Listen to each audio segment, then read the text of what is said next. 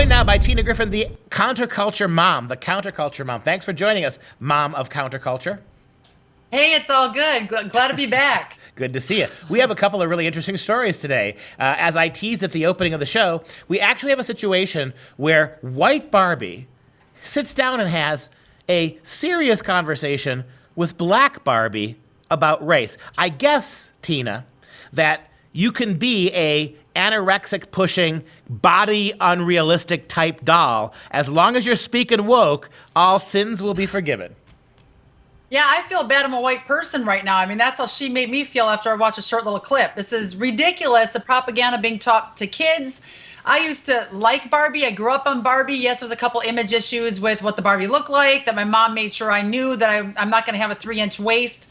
But the point with what's going on with this propaganda Black Lives Matter movement, it literally, when Barbie is discussing with Nikki what's going on and the fact that she feels bad that she's white and is apologetic for it, and the African-American girl, her friend Nikki, saying, I'm getting stopped by cops in the boardwalk when I'm selling the same merchandise you're selling.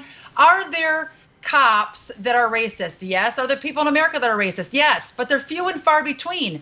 It literally causes white kids that I've talked to personally to feel depressed and suicidal and feel guilty that they're white. So this propaganda that all the mainstream media and cartoon people and the Hollywood hogwash business going on is literally causing more division, not more love. It's causing more hatred by bringing up these topics. Was I the only one creeped out when the two Barbie dolls were talking about hustling and selling things on the boardwalk and having different responses from who was buying? Take a look at the clip.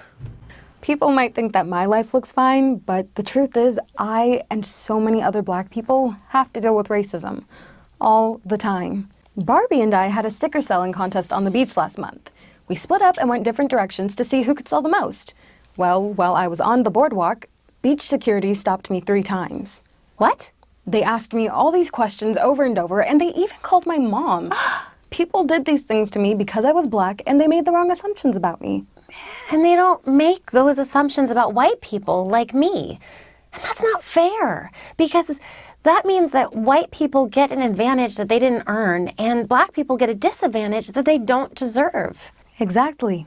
It's really serious. Some people even get hurt when others think the wrong things about them. That's exactly why people are marching, because when enough of us stand together, people pay attention. It's all right. Really unfortunate, says Nikki Barbie. I mean, this stuff deserves endless ridicule for postulating I can't even stand on a boardwalk without being harassed 3 times by cops. This is not the normal experience of anybody in this country. Not even hobos get challenged that much. And the thing that I have like 10 different points, but I'll pick the top 3. The thing that drives me nuts is the Black Lives Matter movement. A lot of those people, it's completely funded with an evil intent, first and foremost. All of that people have to do research on. Second of all, they're against having a great economy. Then you shouldn't be selling anything on a beach. They're selling all their paraphernalia on the beach. I just saw this traveling around, even in D.C. on the streets. But the other thing is, what about the Christian kids that are constantly harassed for their religious thoughts and beliefs in God? I mean, no one's standing up for these people. They're bullied 24/7.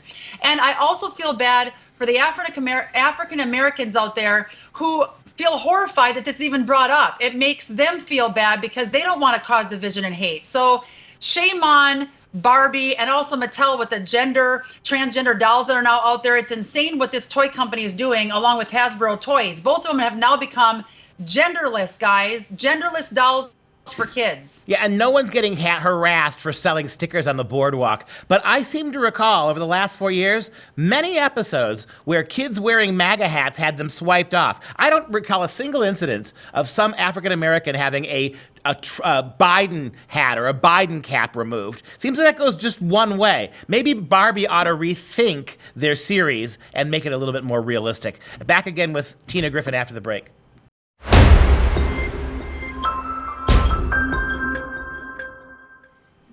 Back again with the counterculture mom, Tina Griffin. And Tina, we have another great story about one of the fakest men in the fake world of Hollywood, if you can call him a man, Jimmy Kimmel. This is a Captain Blackface. This is Captain Man Show with young girls with jiggly breasts bouncing on trampolines. All of a sudden, he gets a woke remake, and we're supposed to pretend none of it happened. Talk about what happened at the Emmys, where Jimmy Kimmel, talking puppet, was manipulated again and again and again into saying Black Lives Matter.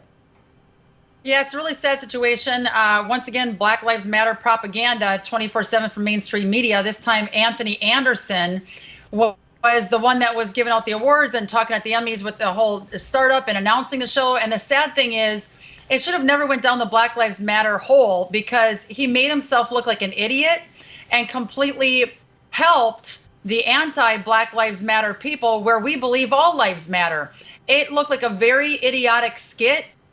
He did major damage for the Emmys. We know over the years, too, from the Emmys to the Oscars, a lot of people aren't even tuning in anymore. Why? Because we can totally see that's propaganda, and that the few are trying to rule the many, and we're not going to be brainwashed any longer. I don't know from that clip if Jimmy Kimmel actually knew that Anthony was going to go down that rabbit trail and make himself sound ridiculous, because he brought Jimmy into it. And if I was Jimmy standing there and he was basically ripping on white people, I would have stopped him mid-sentence and said, hey, let's move on with the show, because he made himself look bad, and he also put himself in a really weird position. Well, it reminded me a little bit of like a parody of a black minstrel show. You've got the master telling the servant what to do. Say it, say it, say it. And like a trained poodle, Jimmy Kimmel just keeps barking out the right response. Take a look at the clip and decide for yourself. This isn't what it should have been, Jimmy, but you know what?